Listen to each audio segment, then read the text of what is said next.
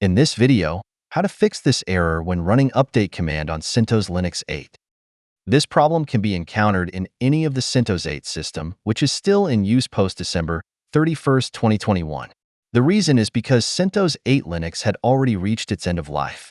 To fix it, we need to change the repo URL pointing from official CentOS URL to vault.centos.org using these commands.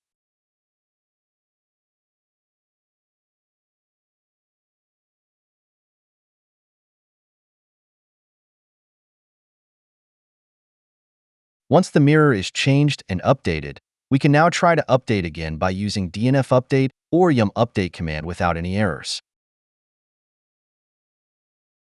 Alternatively, you can also point to the Cloudflare-based Vault repository. That's it. Thanks for watching. Don't forget to like and subscribe, and see you in next videos.